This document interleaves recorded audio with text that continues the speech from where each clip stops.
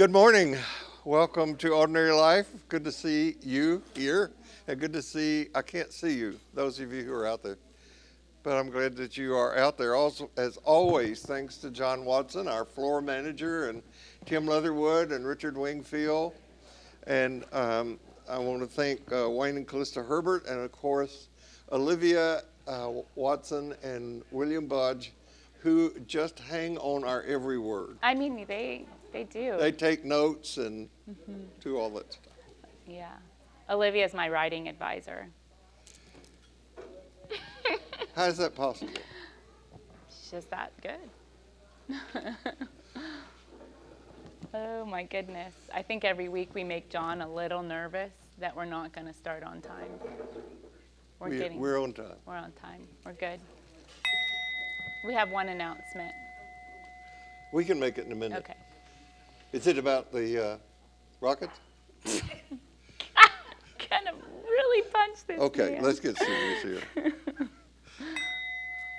Silence.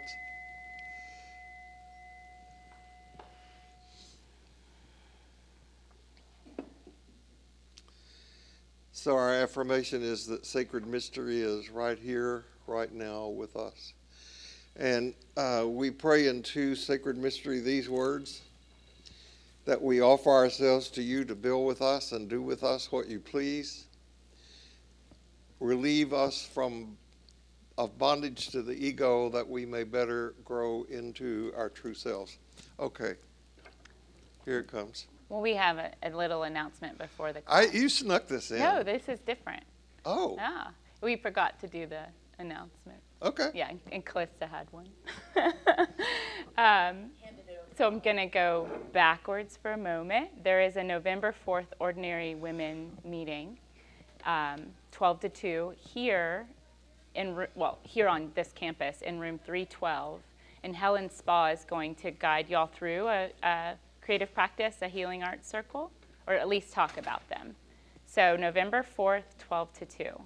The other announcement that we have after you sort of already got us all calm, now I'm making everyone think again, or write something down. It's that time of year where we start considering, we do have a chunk of money to give away at the end of the year. You know, we've been giving it away periodically throughout this year to, I think, what we would call a kind of crisis year with rent relief, disaster relief, Afghan refugees. So, but there's still money left. So I'd just like for y'all to start thinking about.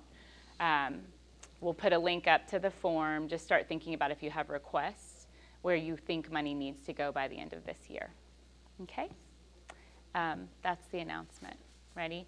And I just want to take a minute to talk about the importance of a daily spiritual practice.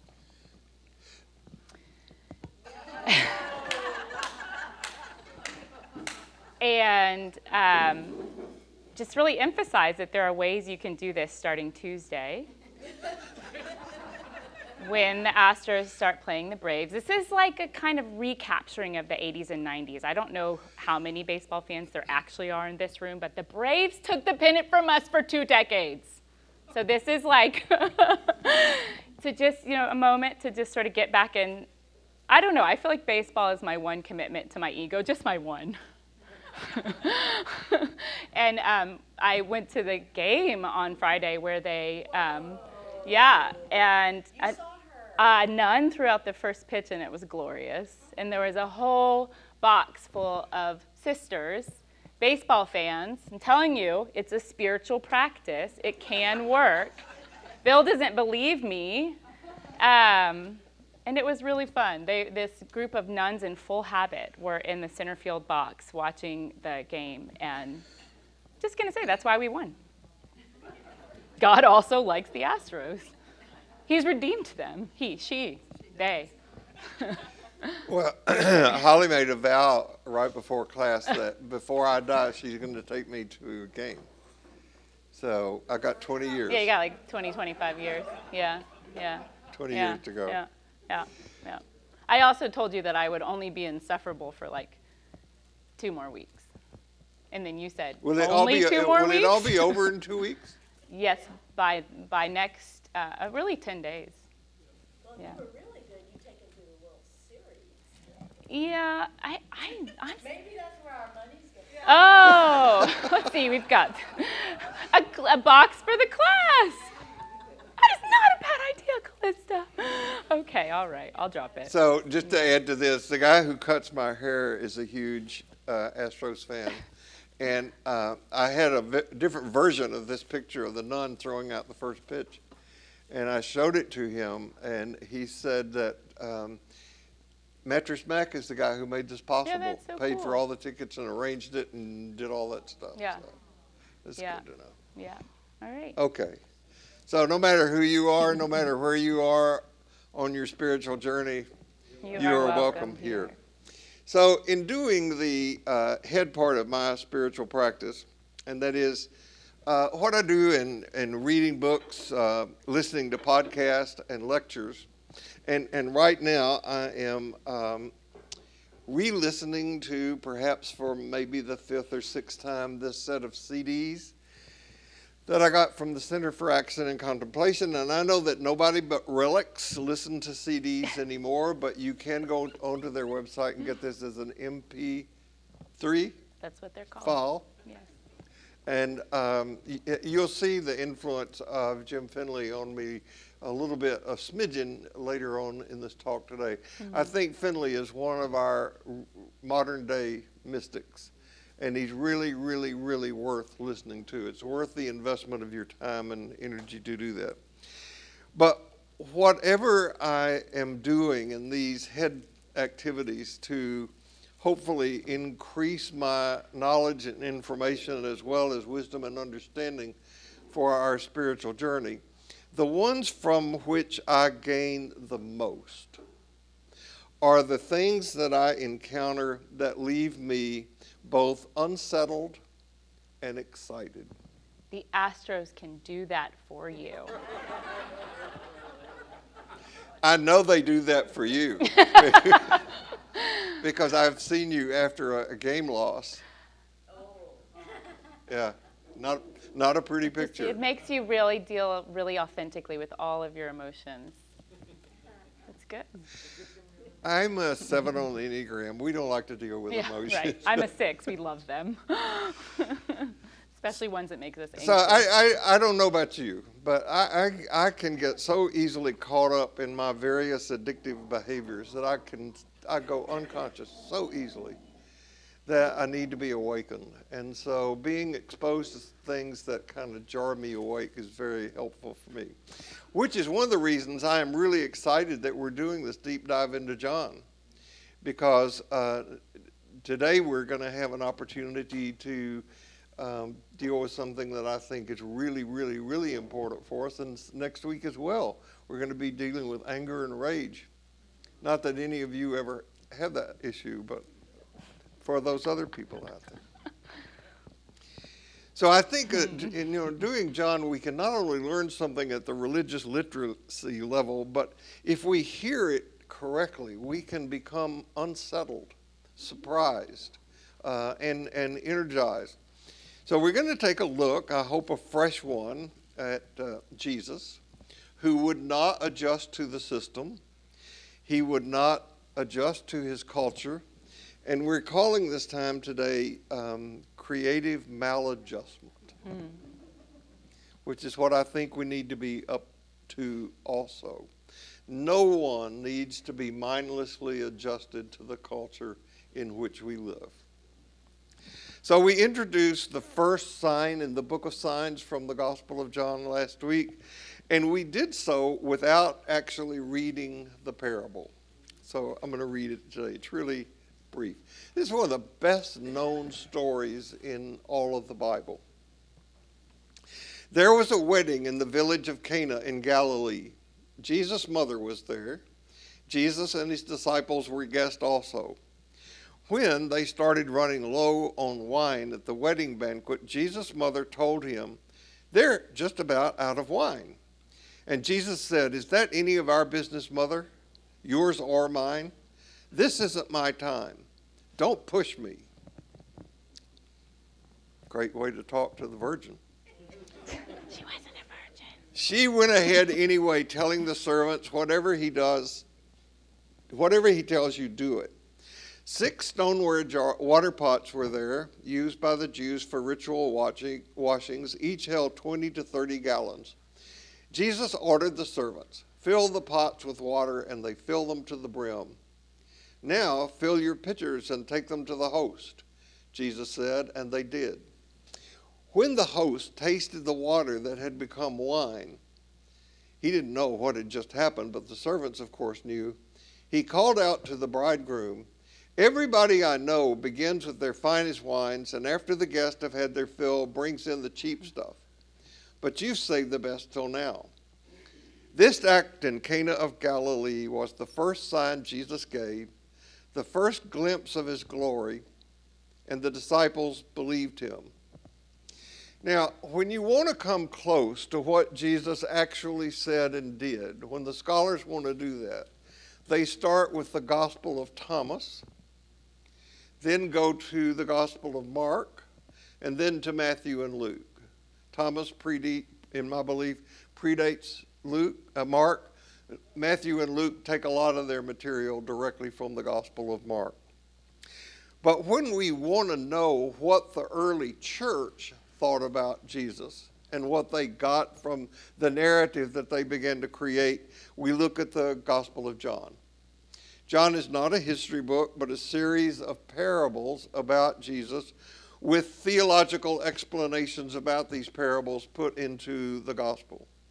So at the beginning of the Gospel of John is this parable designed to help us create the best mindset possible to receive the teachings of Jesus that are to come.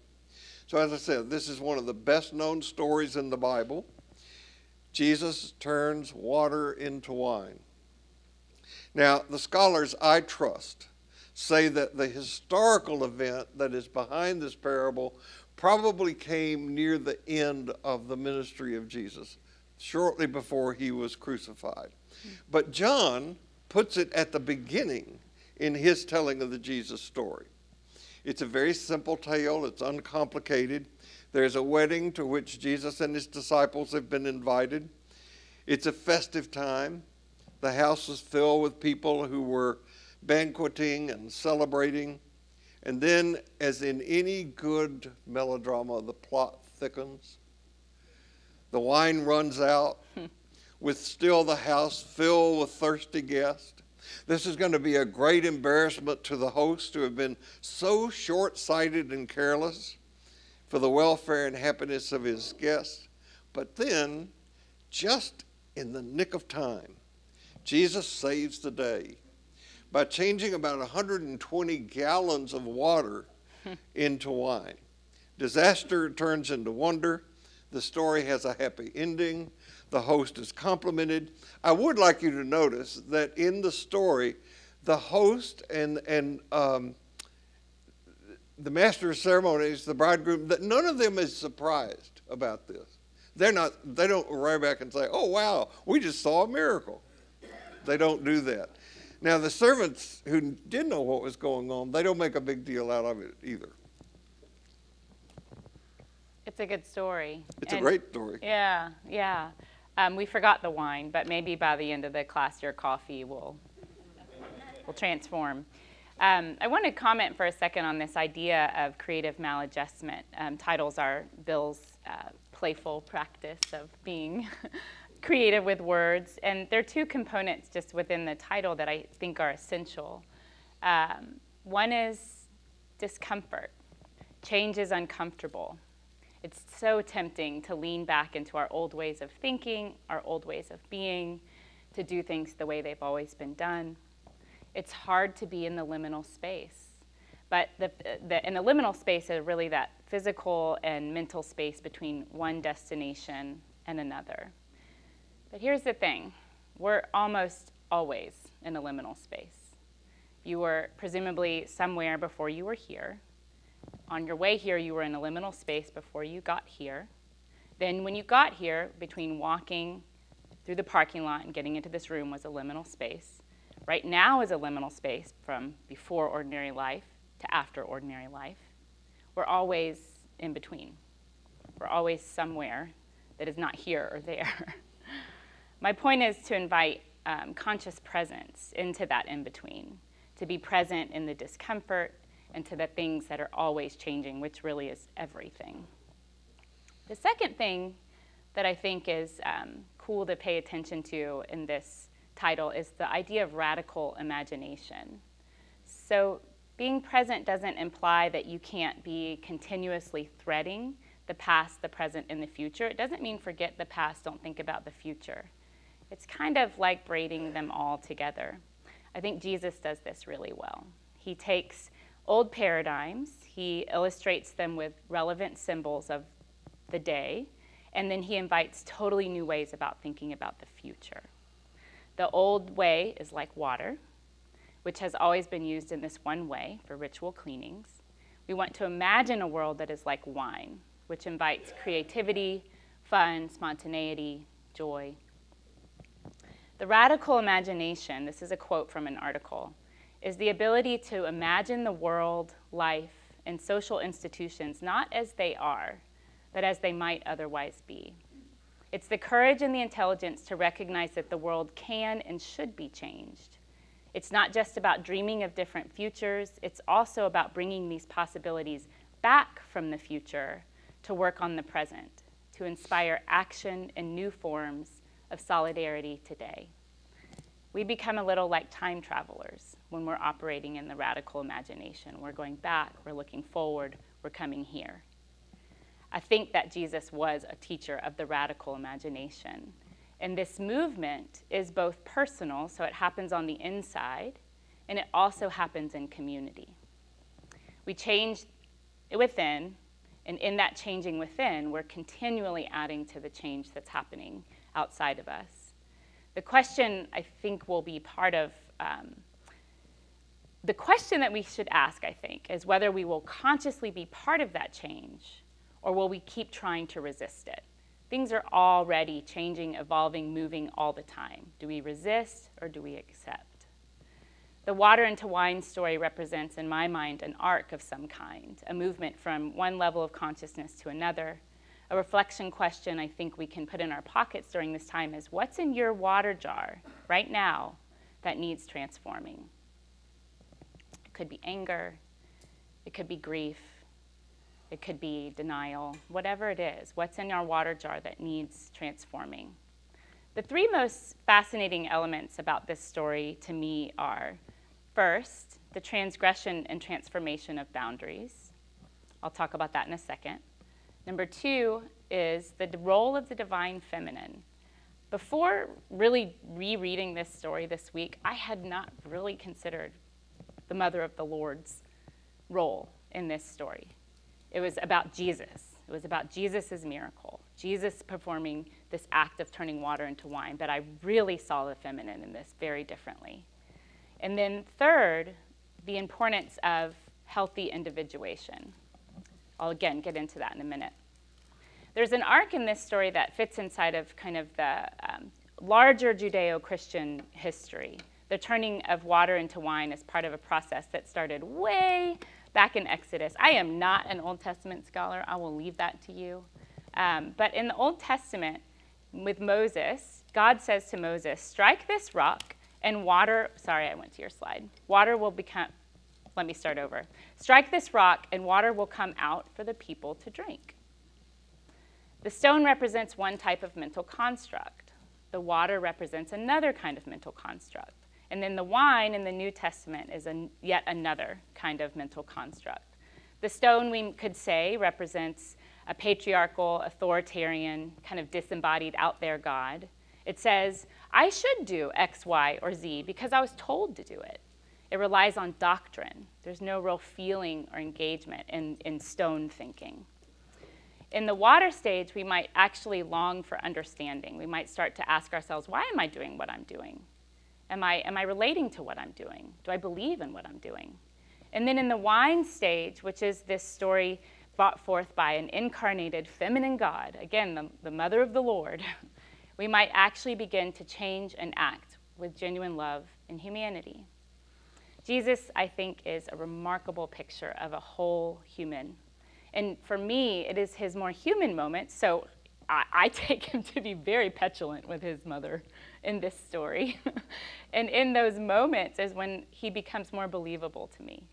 Because if I can see Jesus as human, more human, I can also see myself as being able to transform. So, forensic archaeologists, scholars who study the culture of the first century world, and from other disciplines, they continue to discover and thus reconstruct what life was like in the time of Jesus, in that world and in that culture. And based on the documents we have, not only those included in the Christian collection, but in other writings of the time, scholars have been able to construct a story of what more than likely happened to lay the foundation for this story of water into wine. I could fill the entire time today talking about what I'm about to say. I'm going to give you the very condensed form. But I'm basing what I want to say on the work of John Dominic Crossan, on the work of Bruce Chilton, Raymond Brown, Stephen Mitchell, and other scholars who have written about this period. John Dominic Crossan and Bruce Chilton in particular. This is what they reconstruct. Okay, so we don't have a video recording. Nobody was writing things down, but this is what they hypothesize. At around the age 12, Jesus goes with his family to Jerusalem for a fall festival called the Feast of Tabernacles. This is a festival of family celebration and solidarity. Now, not all families could make the pilgrimage because enough people had to stay behind to sustain and protect the community. Synagogues, local synagogues, made the decision about who could go to this festival. They went to make a sacrifice in the temple, which was very difficult for people in Nazareth to do because Nazareth didn't have a currency-based economy. The system in which Jesus lived was more of a barter kind of community. My wheat for your wine, my carpentry for your weaving, etc., etc. Now, as I mentioned a couple of weeks ago, the temple which Jesus saw was by far the biggest structure in the known world at that time. It was where God lived. It had taken years to build. It will come up several times we'll hear about it again next week. It will come up several times in the Gospel of John, the importance of the temple, because Jesus is going to liken his body to the temple. It was built by Herod to placate the Jews, and then by the Jews to show their understanding of God. So in a town outside of Jerusalem, about 1.5 miles away from Jerusalem, was a town called Bethany. Two of Mary's relatives, Martha and Miriam, lived there. And Jesus and his family likely stayed there before going on to Jerusalem. The entire journey from Nazareth to Jerusalem would have taken about 5 days. The difference between Nazareth and Bethany was dramatic. Nazareth would be more like a third world country slum area, and Bethany was really upper class. Because being so close to Jerusalem, they benefited from the patronage system that came out of Jerusalem. So in Nazareth, people lived on the edge. In Bethany, there was wealth. And I think Jesus' very negative views about money and the injustice of the domination system probably grows from the kind of experience of seeing wealthy people benefiting from the system, being compromised by the system, as he did perhaps on this trip. So to go into Jerusalem and to approach the temple, which, as I said, just the outer court is as big as 5 football fields, was an awesome thing to somebody who was 12 or 13 years old. It was awesome in every way. Now, before you could enter even the courtyard of the temple, what had to happen? you had to be ritually washed. Fast forward, what were the jars in the parable about? They were for the ritual cleansing of people who needed cleansing, water into wine. So everybody who entered the temple had to be bathed by immersion. And as a result of excavation that's been discovered, there was a system of canals and channels and cisterns so that all temple goers might make themselves clean during this final ascent up into the presence of the Holy One. Jesus was not old enough to participate in this, but it did give him a glimpse of something he had ached for. Because of the state of his birth, he had been rejected from so much. So I want to be clear, these ritual washings were not something that happened once in a lifetime, like we treat baptism. There were hundreds of ways to be declared unclean in the Jewish system. So probably many times a day, people had to go down into full immersion to be cleansed to come back up. Get the picture? Hundreds of times, not hundreds of times, but many, many times. So after each incident of being declared unclean, you had to be ritually washed, and then you had to pay for that. This is part of the domination system. So John the Baptizer decided, this is not a good system. I'm going to take a stand against it. So he went out into the desert, into the Jordan, and invited people to come and be ritually cleaned in the water free of charge. It really upset the religious leaders. Now, if we had met John, certainly if John were here, we would know he was crazy. I mean, he behaved in a really nutsy way. And as you know, before the story goes very far, he's going to get himself beheaded. But if you imagine John and those who were attracted to his teachings, and if you know anything about Jewish body prayer, they would immerse themselves in the Jordan River over and over and over and over. It became like a hypnotic ritual. It introduced kind of a trance state, mystical state. Pardon me. This is the way that Jews practice their mysticism. Jesus became a disciple of John's and participated in these rituals. However, when Jesus started his own ministry, now you've got to picture an apprentice time of Jesus from 13 to 30, long time to hang out with John and to practice these things and to be introduced into Jewish mysticism. But when Jesus started his own ministry, he began practices that declared people clean or forgiven without the benefit of ritual immersion.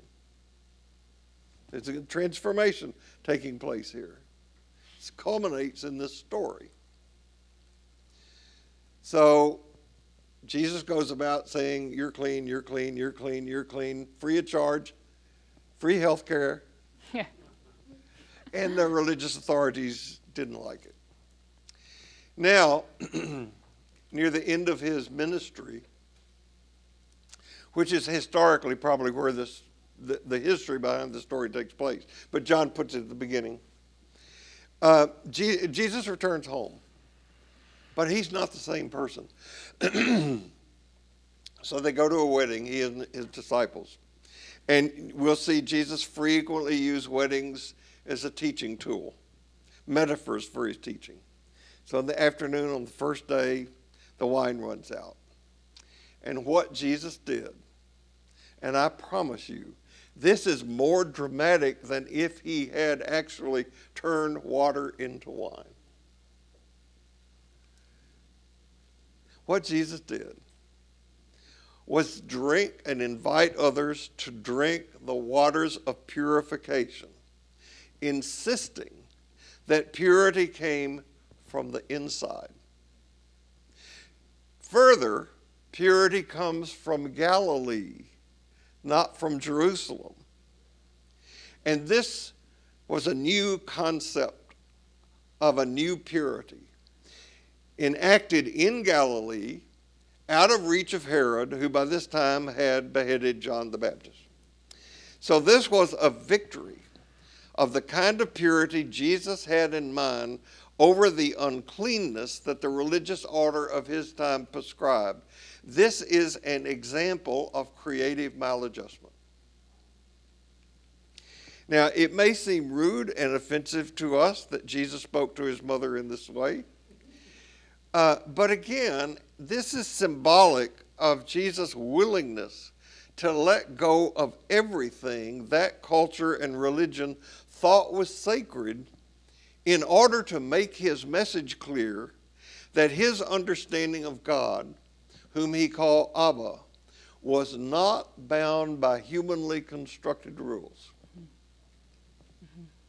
You mentioned coming home, right? And this is kind of, he comes home in a new way. And this is part of the individuation, too, of kind of establishing himself as different from where he's from. And, I read an interesting article that had a little different idea about Jesus' speaking to his mother in this way.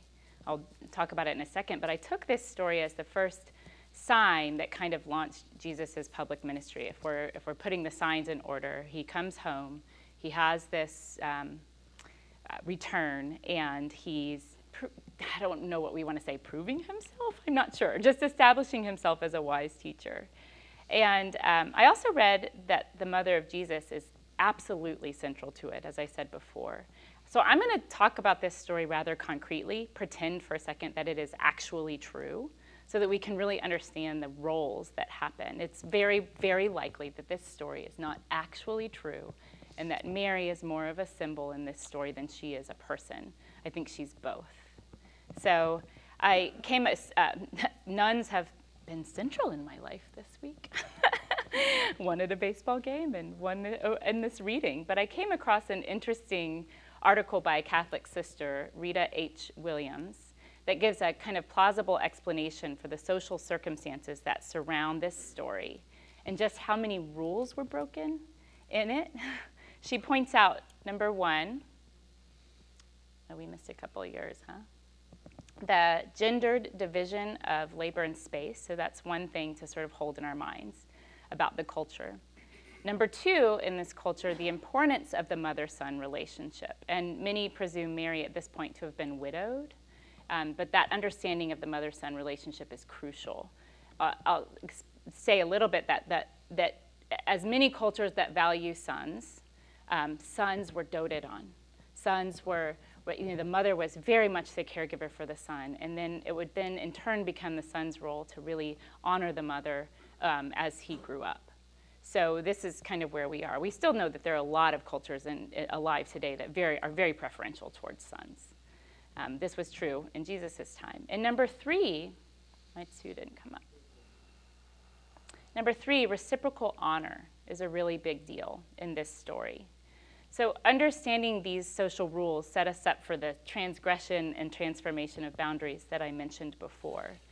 Males were typically responsible for outside work. They worked in fields, in marketplaces, they were in courts. And it's in this sphere, in this outside work, where men usually encounter threats to their honor. Females are associated with inside work, domestic spaces, communal wells and ovens, which we'll see later in the Gospel of John. And they were often servants. So they are responsible for the physical, social, and communal well-beings of the family and of the whole community. I don't think that's very different than how we operate today. But at events like weddings, much like some Orthodox Jewish weddings in Islamic traditions today, men and women were in totally separate spaces during the celebration. So there was a male room and there was a female room. They did not intermix. So this is the first rule that's broken. A servant tells the mother of the Lord that she, as she is called in this story, that they are out of wine.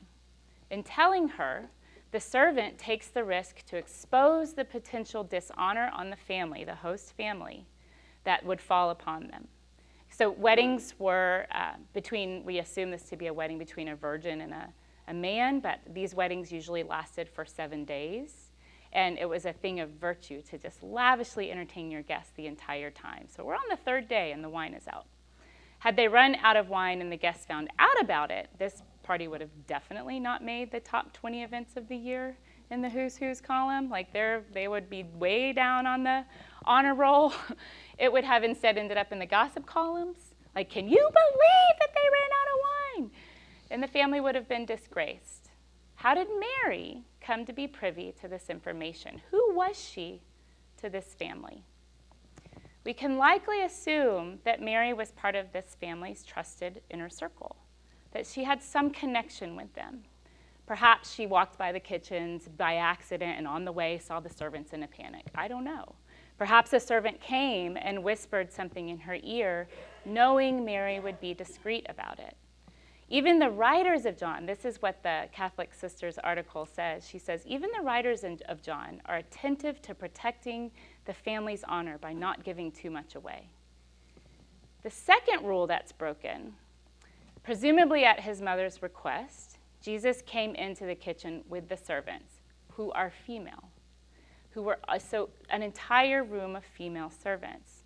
This is the kind of thing that leads John Sanford, the writer of Mystical Christianity, to say that Jesus was a friend of women. He did not abide by these social rules that men and women can't intermix. And he didn't abide by the hierarchy. The third rule that I think is not broken, but is challenged, is that Jesus appears to rebuke his mother. It was not uncommon for men to respond to women in this way. Why is it my concern, right? Because that was part of the social hierarchy, part of the patriarchy. I love that sort of line. What business is this of ours, mother? Right? I kind of imagine that maybe Jesus didn't want to attend this wedding in the first place, that maybe she was like, you got to come, they're family friends, right? I don't know. But I kind of imagine Jesus over there in the garden with his disciples, maybe smoking, maybe drinking that jug of wine that was missing, telling jokes, you think? Yeah. Magic tricks? I don't know. But, and I mean, I kind of enjoy being playful with Jesus a little bit. So if I'm disrespecting anyone in here, please forgive me. But it's part of the fun for me to not take it myself too seriously, and therefore sometimes maybe these stories too seriously, and just imagine what else could be going on. So if I explore this idea of Jesus as a kind of petulant man-child, maybe this act of rebellion had allowed also for his transformation. The first rule that's broken is that the mother of the Lord stands her ground. She displays confidence, and she challenges Jesus right back. I would have loved to have been a fly on the wall just to see the look that she gave him when he sassed her. Like, you know, every single person in this room has a mother that probably gave them that look, right? I am a mother. I have tried to give that look. Sometimes my kids laugh. Sometimes they're like, ooh. So it's in this moment when he probably earned his last name, Jesus Christ, right? Just saying. So, what's going on over there? I just think there must have been so much meta communication in her kind of silent glare. The tension in this moment is thick. She says, Jesus, we're out of wine. He says, what business is that of mine? And she just looks at him and then says, do whatever Jesus says to do, right? But she doesn't shame him. She does not actually even verbally or publicly address his insubordinates, if you will. She has the grace to not even act offended. She just bests him in this moment. She leaves him with the choice to make. I kind of imagine that she doesn't even stick around to see what choice she makes, that she sort of says, whatever he says, you do it. And in this ironic way, Jesus allows his mother to shine, to be this sort of strong, confident, honorable woman. And it's in a feminine space in the kitchen with the servants, inspired by a feminine voice, that Jesus chooses to uphold honor. This was unheard of. I think what I would like to Yeah. add here, I know that the Ordinary Life book group read the fourth gospel, and some of you may be reading John Sanford's book. I recommend it. Both are readable. Neither one of these commentaries on the Gospel of John refer to the turning of water into wine. They don't do it. What they do talk about is exactly what Holly's talking about, the role of the feminine in this story. And we make a mistake if we say, oh, this is all about the water and the wine. This is really about a turning upside down of family values. And at some point, Jesus kind of imbibing the feminine value. Yeah. Yeah, yeah. So I'll get more into how I was struck by the importance of this exchange in a moment. But I want to say something about reciprocity. The mother of the Lord understood reciprocity. In this exchange, she imparts this value upon Jesus. Everyone's honor is kind of bound up in this story. Perhaps most importantly, the dignity of the servants, who would surely have been admonished, maybe even lost their jobs or cast out had they been responsible for running out of wine. And presumably Mary does not go running off to the host and say, oh my gosh, they ran out of wine. She has the grace to just deal with it. And the least of these, in other words, the servants, get to keep their dignity as well. This value of reciprocity, and in this scene it's exemplified by the feminine, stays with Jesus. Again, he takes that value in, the value of reciprocity, and it's central throughout his teachings. What happens to me also happens to you. What is good for the whole is good for the one. So the people who produced the Gospel of John had discovered in Jesus a way to live that brought them into expanded life and living. And so the Gospel of John was written to convince others about the importance and wisdom of joining this movement. And it was also to keep the story alive, because there were many people who didn't know the story and they would be curious, and so that was one of the ways to keep it going. Throughout the gospel, we're going to hear 7 stories. We're going to hear 7 parables used to sell this argument that you should join us. Now, the water and the wine is the first of the 7. Out of all the ways this gospel might have begun, out of all of the stories that might have been told about Jesus, this is the first. In a gospel having to do with a subject as serious as one could undertake, this is the first. Now, when you and I get serious, when we have something serious to talk about, we lean in and we kind of soften our voice and say, now I want you to pay attention to this. We even look grim. Now, John, as he is heading into telling about what he thinks is the salvation of the world, he tells a story that isn't solemn or serious. And yes, I see Jesus more as a stand-up. People were attracted to him because of the stories he told and the way that he engaged them. So this is a story about the time that Jesus made people happy and joyful and a little drunk with no apparent theological lesson in store. Now, what is John saying here? What John is saying is, when you are considering the story of the God who's come among us, remember that at the bottom of everything, it is God's will to cram your life with animation and joy. So if at any time in dealing with what it means for you to be made whole and have life and have it abundantly, a phrase we get from John, if you would feel out of place at the merry festivities of the Cana wedding, then something is basically wrong. Something's dropped out of the story for you. Yes, life has its tragic element to it. There's a valid reason for pervasive anxiety about all sorts of things, local and global. And yet what I get from the teaching of Jesus, and I believe this is true for all authentic and wise spiritual teachers and practices, is that whatever is put on our agenda in the living of our lives on this planet, We can deal with such matters authentically only when there is joyful confidence and confident joy in our hearts.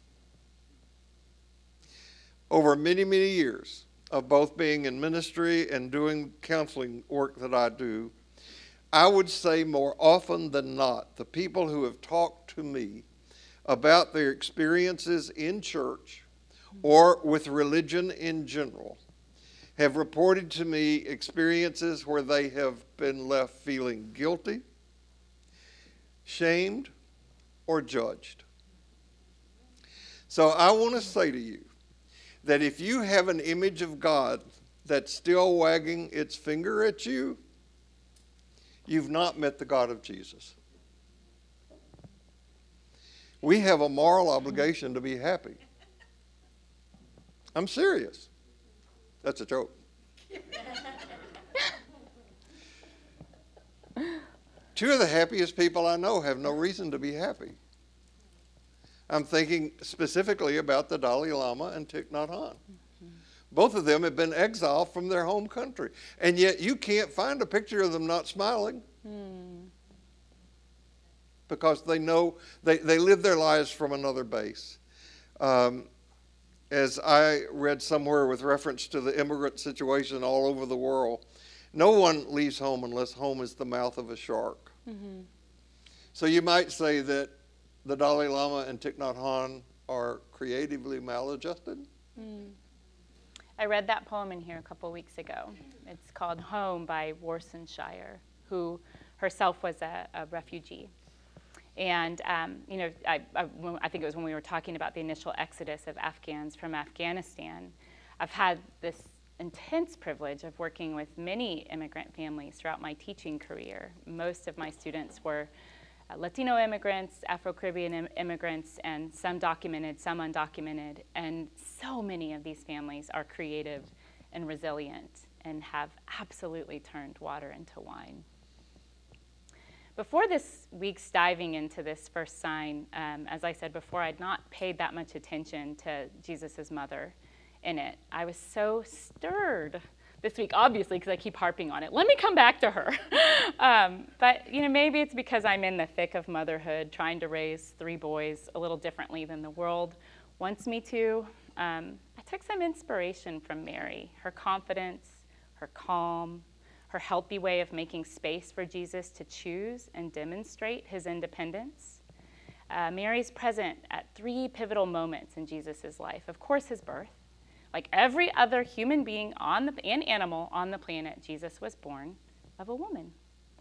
She offers this layup, this kind of fastball down the middle for his individuation at this wedding in Cana, too. And that for me, is the key takeaway for the story. And then she's there for the death on the cross at his feet. But back to the individuation piece. Carl Jung once said, or is said to have said, the greatest burden a child must bear is the unlived life of his parents. Yeah, all of us can feel that on some level. Even though there's tension in this exchange between mother and son, she doesn't shame him. She doesn't overtly impose her wishes upon him and saying, whatever he tells you to do, do it. After which I kind of imagine her throwing a shawl over her shoulder and just walking out. She gives him the space and the autonomy to make a choice. She doesn't hover, she doesn't intervene, she doesn't wag her finger. I think Jesus knows what she wants him to do, but I don't get the sense that he does it out of obligation. I think that something dawns on him in this moment, and that's the reciprocity value, the value of the feminine, and that's an incredibly feminine value. What is good for me is good for you. What I give will return to me tenfold. If I take this 1 jug, it might become 120 gallons, right? More wine equals more community and more joy. Some years ago, I coached, I think they were 4 and 5 at the time. I coached my little kids' soccer team because there was no other parent willing to, and I played soccer, so I was like, sure, I'll do it. Much of my identity growing up was as an athlete, and that was a big part of who I was. But if you've ever coached little kids, you have to let go of any competitive edge. Especially in soccer, they're like a swarm of bees around a single flower. And there's no strategy. They all just try to go to the ball or run away from it because they don't want to get hit by it. But there was one little boy who did not have a competitive bone in his body. He wanted to wear galoshes on the field. He was much more interested in like picking at the grass than kicking the ball. So during games, just to kind of help him feel like he had a role, I would hold his hand and run down the field with him. And the games were hilarious. My own child would be down at the end making grass angels. Another kid who was super competitive and very good would be crying because he didn't score a goal and then run off the field to get his mom to hold him. So he, you know, little kids are just funny, and some are just picking their noses. But I held this little boy's hand up and down the field just to kind of keep him engaged. I didn't try to get in the way. I wasn't trying to help my team out or score a goal for us. I just wanted him to feel like he was doing something. And the league we were in allowed one coach per team to be on the field with these little guys. Again, I think the age group was 3 to 6. I mean, they're tiny people. But this one Saturday, I'm genuinely just laughing at this whole scene playing out before me, and this other mother runs out onto the field, grabs my arm, spins me around, and says, "You are blocking our goal." Okay.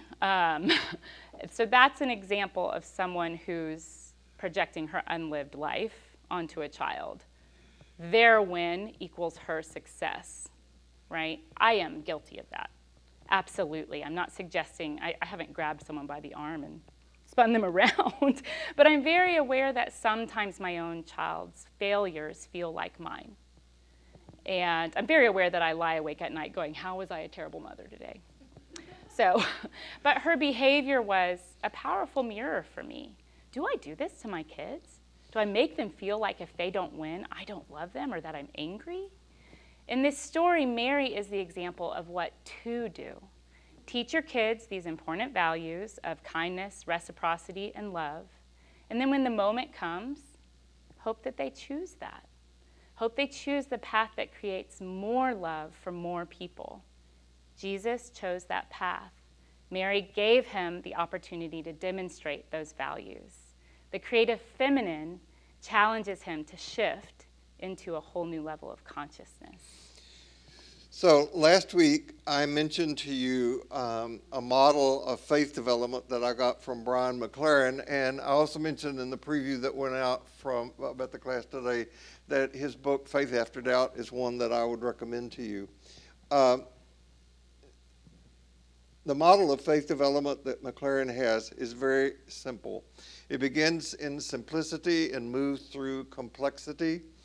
And if we keep doing our work, it takes us into perplexity and then hopefully into harmony.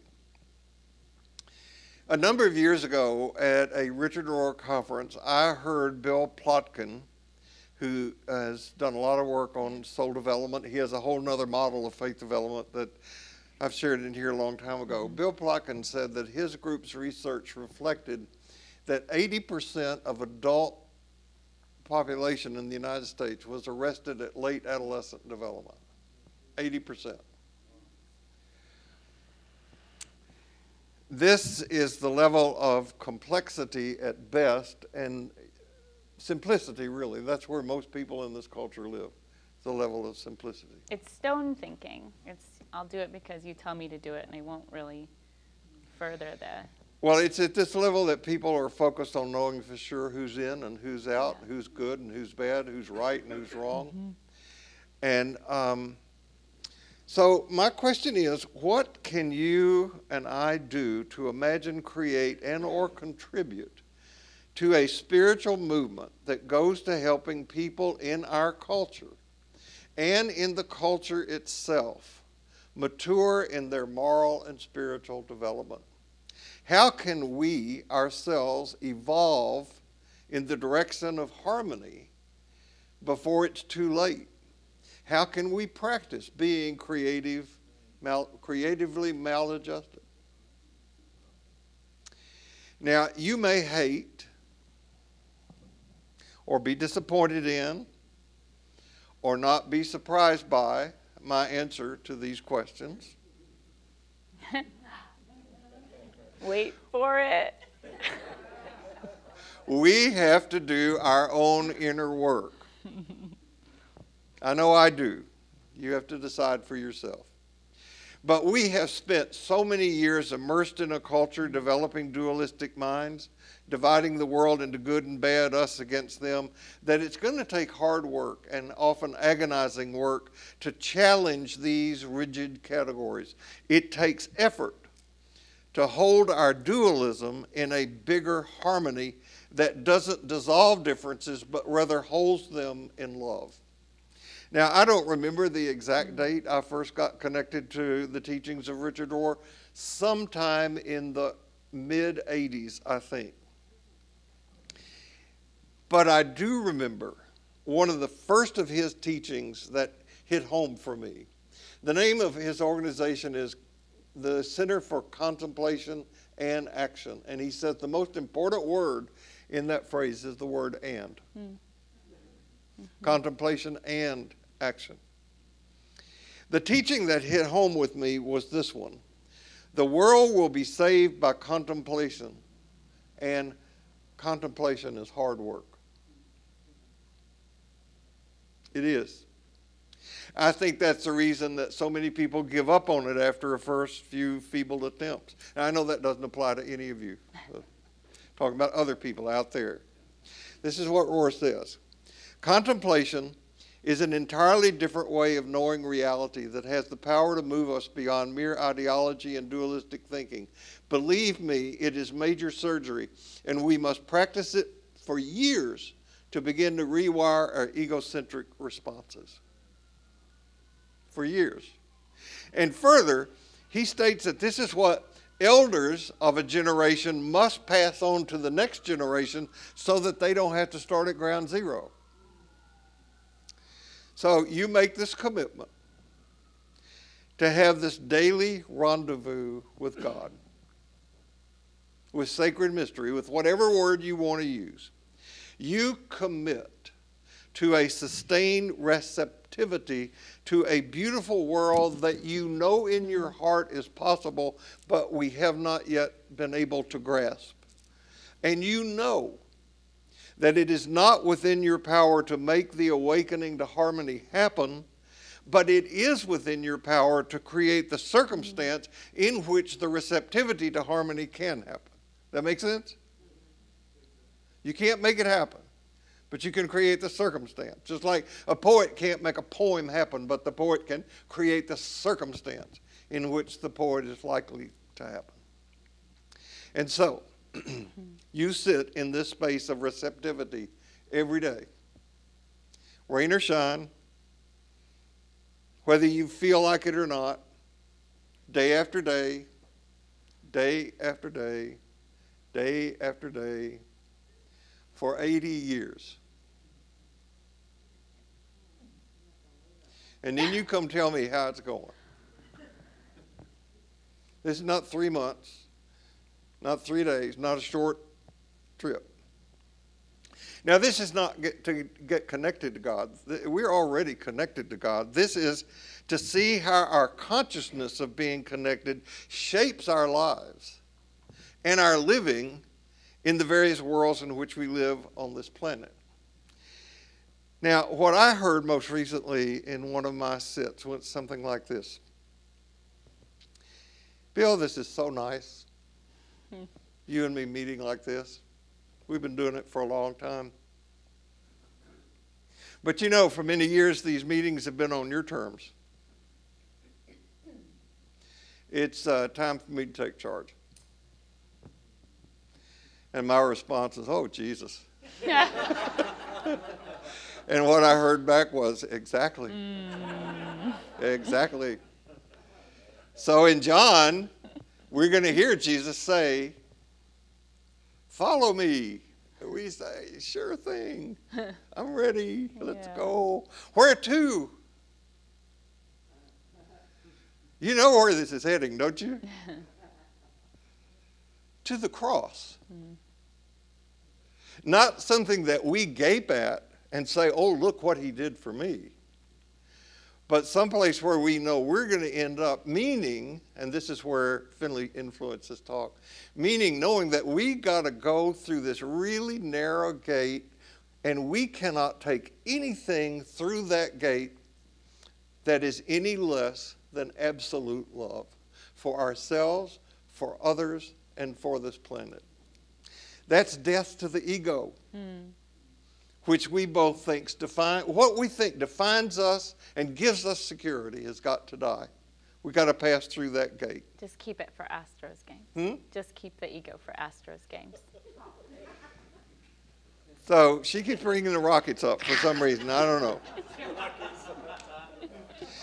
So this is a journey that invites us to leave behind early stages of faith development and develop the faith that knows that no matter what, there is a love that sustains us through everything.